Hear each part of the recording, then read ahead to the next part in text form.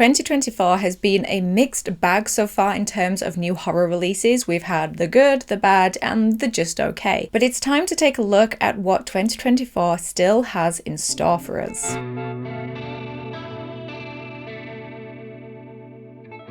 Hi guys, I hope you're all doing really well. My name is Sarah and welcome to What the Horror, the channel where we talk about horror movies old and new. It's that time again, we're halfway through the year, and so I thought it was about time to do an episode looking at what is still to come in the horror world in 2024. It's a pretty substantial list that we've got, and we only have 6 months to fit all these films in. So grab yourself a pen and paper or whatever you use to make notes, because I have the ultimate list of horror movies still to come in 2024, their synopsis, their release date, and where to watch them. Okay, so starting off, we have A Quiet Place Day 1, the upcoming apocalyptic horror film that acts as a prequel to A Quiet Place and A Quiet Place 2. It will be released on the 28th of June in theatres. City is invaded by alien creatures who hunt by sound.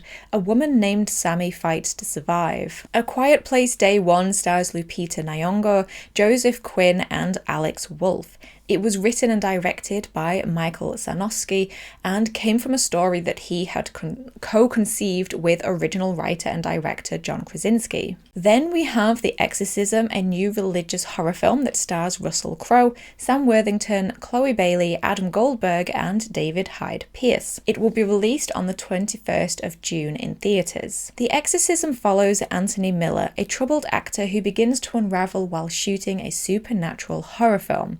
His estranged daughter wonders if he's slipping back into his past addictions or if there's something more sinister at play. The initial reaction to the announcement of this film was one of confusion and questioning, did we really need another religious exorcism film starring Russell Crowe so soon after The Pope's Exorcist that came out only last year? However, once you look into the details of the film's production, its release becomes much more interesting. The Exorcism is directed by Joshua John Miller, who is the son of Jason Miller, the actor and playwright who played Father Damien Karras in 1973's The Exorcist.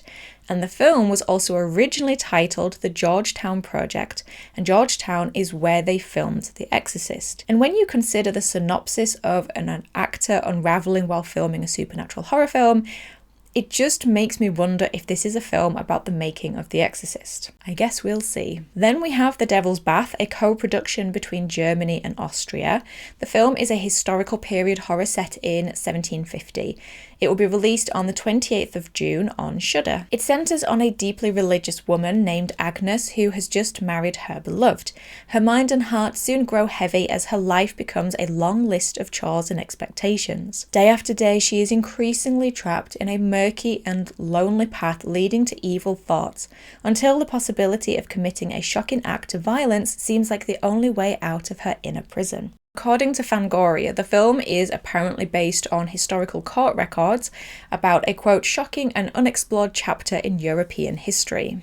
We have Longlegs, a horror thriller written and directed by Osgood Perkins, the son of Anthony Perkins. Osgood has previously directed The Black Coat's Daughter and Gretel and Hansel. Longlegs will be released on the 12th of July in theatres. Focuses on Lee Harker, a new FBI agent who has been assigned to an unsolved case of a serial killer. As the investigation becomes more complicated with occult evidence uncovered, Harker realizes a personal link to the killer and must act quickly to prevent another family murder. Longlegs stars Nicolas Cage, Micah Monroe, Alicia Witt, and Blair Underwood. And this is one that I am really excited about in terms of the cast, the director, and in terms of the synopsis. It sounds really reminiscent of films such as Silence of the Lambs and Zodiac. Then we have Maxxxine, a slasher film and final installment in Ty West's X trilogy. The film is again written and directed by Ty West and stars Mia Goth, Elizabeth Debicki, Lily Collins, Kevin Bacon, and Michelle Monaghan. Maxxxine will be released on the 5th of July in theatres. In 1980s Hollywood, adult film star and aspiring actress Maxine Minks finally gets her big break.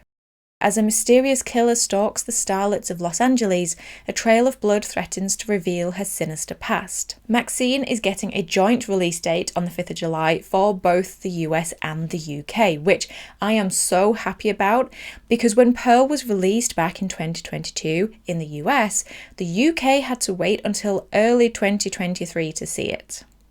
Then in August we have the release of Cuckoo, a horror film that we originally heard of all the way back in 2021. Since then there have been multiple release dates, but as of now, Cuckoo will be released on the 2nd of August in theatres.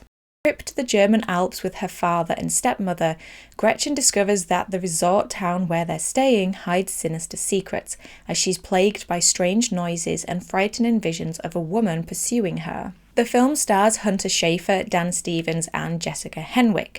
Cuckoo seems to be one that has been on a lot of horror fans' watch lists since we first heard about it. We have another horror film that some fans seem excited about, and that is the latest installment from M. Night Shyamalan.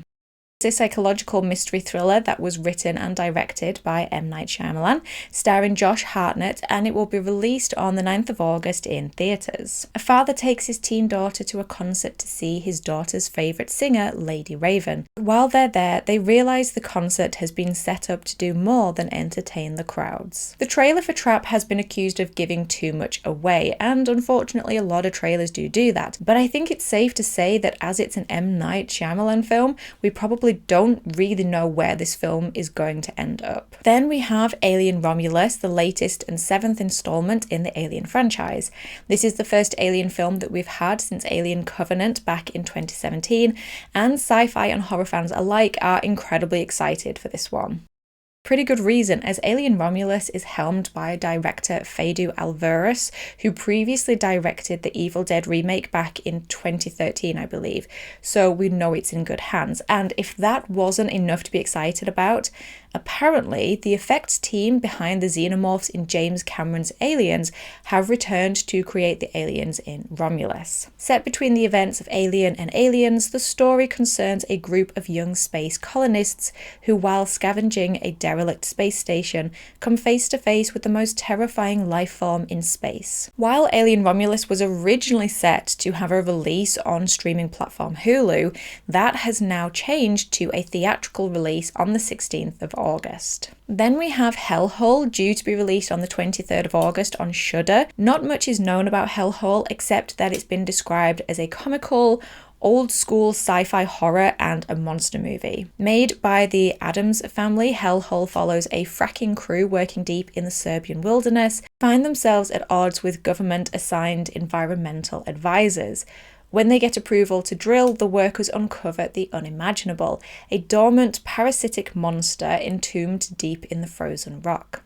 Finally, for August, we have The Crow, a remake of the film of the same name from 1994 and based on the comic book series, again of the same name. Crow stars Bill Skarsgård and FKA Twigs and is directed by Rupert Sanders. The film will be released on the 23rd of August in theatres. Soulmates Eric and Shelley are brutally murdered when the demons of her dark past catch up with them. Given the chance to save his true love by sacrificing himself, Eric sets out to seek merciless revenge on their killers, traversing the worlds of the living and the dead to put the wrong things right. Anticipation for this film's release seems mixed in the horror community.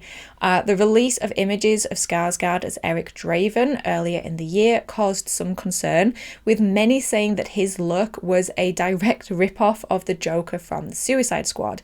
And some have even questioned the need for a remake of such a cult classic, especially considering this is a film that is surrounded by tragedy, as its lead, Brandon Lee, sadly died in an accident while filming. Since then, there have even been reports that Skarsgård himself isn't happy with the ending of the film. So again, I guess we'll see. In September, we have the release of Beetlejuice 2, also known as Beetlejuice, a fantasy horror and long-awaited sequel to Beetlejuice from 1988. Beetlejuice 2 will be released on the 6th of September in theatres. 36 years after the events of Beetlejuice, the Dietz family returns home to Winter River after an unexpected family tragedy. Lydia's life is turned upside down when her rebellious teenage daughter Astrid discovers the mysterious model of the town in the attic, and the portal to the afterlife is accidentally opened. Tim Burton returns as director, as well as Michael Keaton, Winona Ryder and Catherine O'Hara returning to the cast,